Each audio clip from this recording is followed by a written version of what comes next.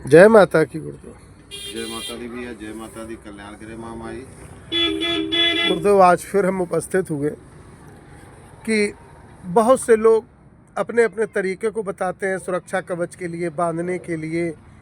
और मैं आपसे चाहूँगा कि कुछ अनुभव किए हुए प्रैक्टिकल शुदा ऐसे सुरक्षा कवच या ऐसे तरीके को आप बताइए जो कि यूट्यूब में बहुत कम लोगों ने देखा हो या सुना हो। इस विषय पे क्या कहेंगे आप?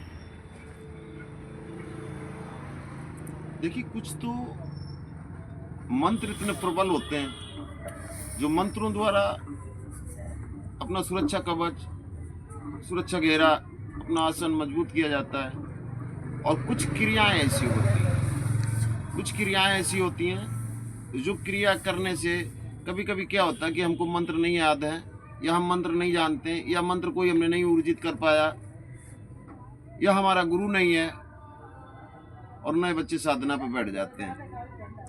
ये साधना करते रहते हैं और फिर भी गुरु नहीं है, साधना कभी सफल नहीं होती है और ऋषि काम करने लगते हैं तो खुद साइड इफेक्ट होता है कि अपने काम रुकने लगते हैं, अपने कुछ ऐसी अनहोनियां हमारे साथ होने लगती हैं जिनको हम नहीं समझ पाते हैं कि किस कारण हो रही हैं। उसका एक ही लॉजिक होता है, क्योंकि हमने जिनको भोग दिया शमशान में, मरघट पे, या कहीं पे हमने भोग दिया, खंडेर में, जंगल में, वन में, कहीं भी किसी भी शक्ति का भोग दिया, और हमारे पास तो सुरक्षा कवच वगैरह कुछ है नहीं, गुरु हमारा है नहीं, किस तरह से काम होगा?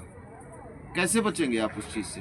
जाहिर सी बात है, आप पागल तो होंगे, कहीं ना कहीं कुछ साइड इफेक्ट गलत होगा। तो इन चीज़ों को बचने के लिए एक छोटा सा उपाय हम बता रहे हैं, अगर आप कर सकते हैं तो ये उपाय करें।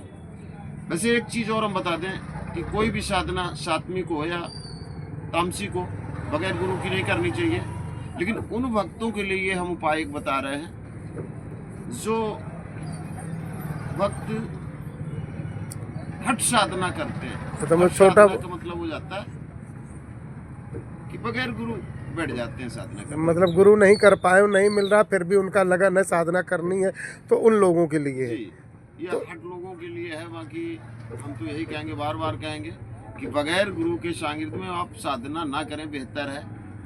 वो चाहे तामसिक हो या सात्विक हो, साधना ना करें। जाप की अलग बात हो जाती है, जाप करें आप, लेकिन साधना ना करें, ज़्यादा बेहतर है। और अगर कर ही रहे हैं और खतरा उठाते हैं, बहुत से लोग ऐसे हैं, बहुत से हमने ऐसे साधक देखे जो पागल हो गए हैं, जिनके घर बर्बाद हो गए, घर शमशान बन गए, बहुत से ऐसे देखे हमने। तो उनके लिए एक छोटा सा उपाय हम बता रहे हैं कि आपको करना क्या है। शमशान में जाने के बाद में, जब आप शमशान पहुंच गए साधना के लिए, जब शमशान, तो कोई भी उग्र साधना अगर कर रहे हैं तो शमशान में ही होती है, मरघट पे होती है। जब आप वहाँ पहुंच गए तो आपको क्या करना है? सबसे पहले आप अपना जो गुरु मंत्र जाप है वो गुरु मंत्र जाप कर लें। गुरु मंत्र जाप करने का आदेश ले लें गुरु से। और गुरु आपका तो है नहीं, किससे लेंगे? भगवान शिव से आदेश ले लें।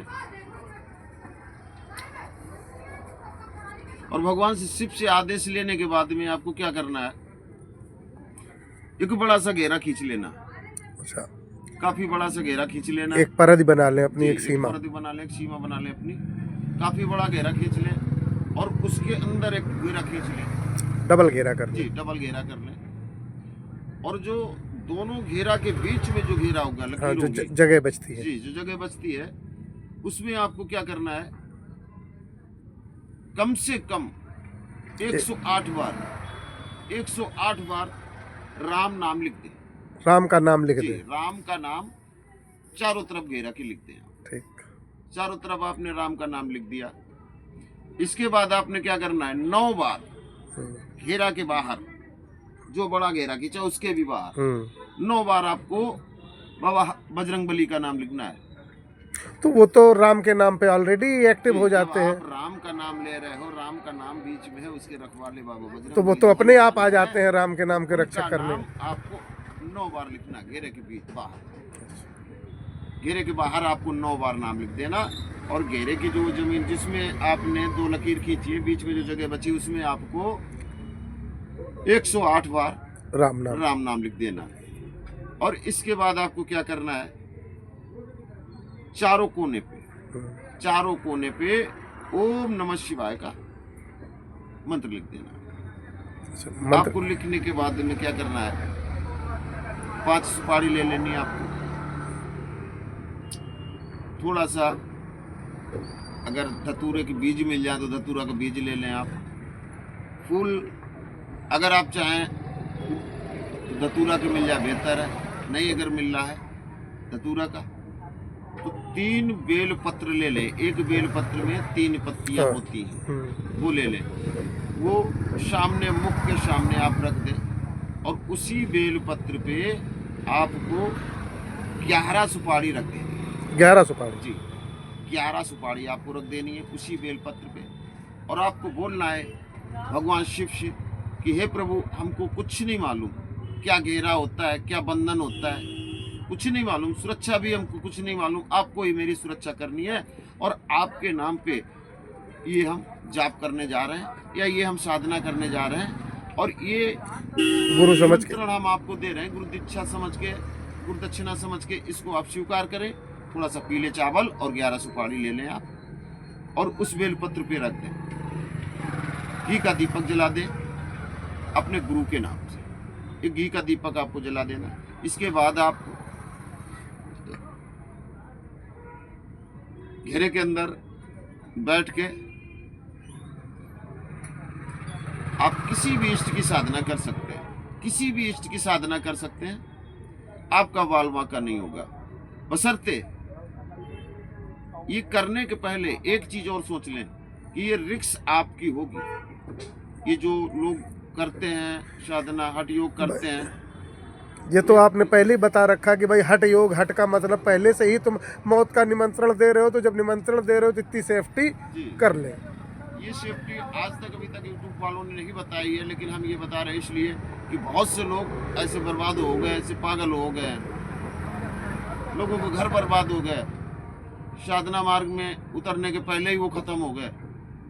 उन लोगों के लिए है कि जिस तरह से आप किसी युद्ध में गए आप और उस युद्ध में जाने के बाद में आपने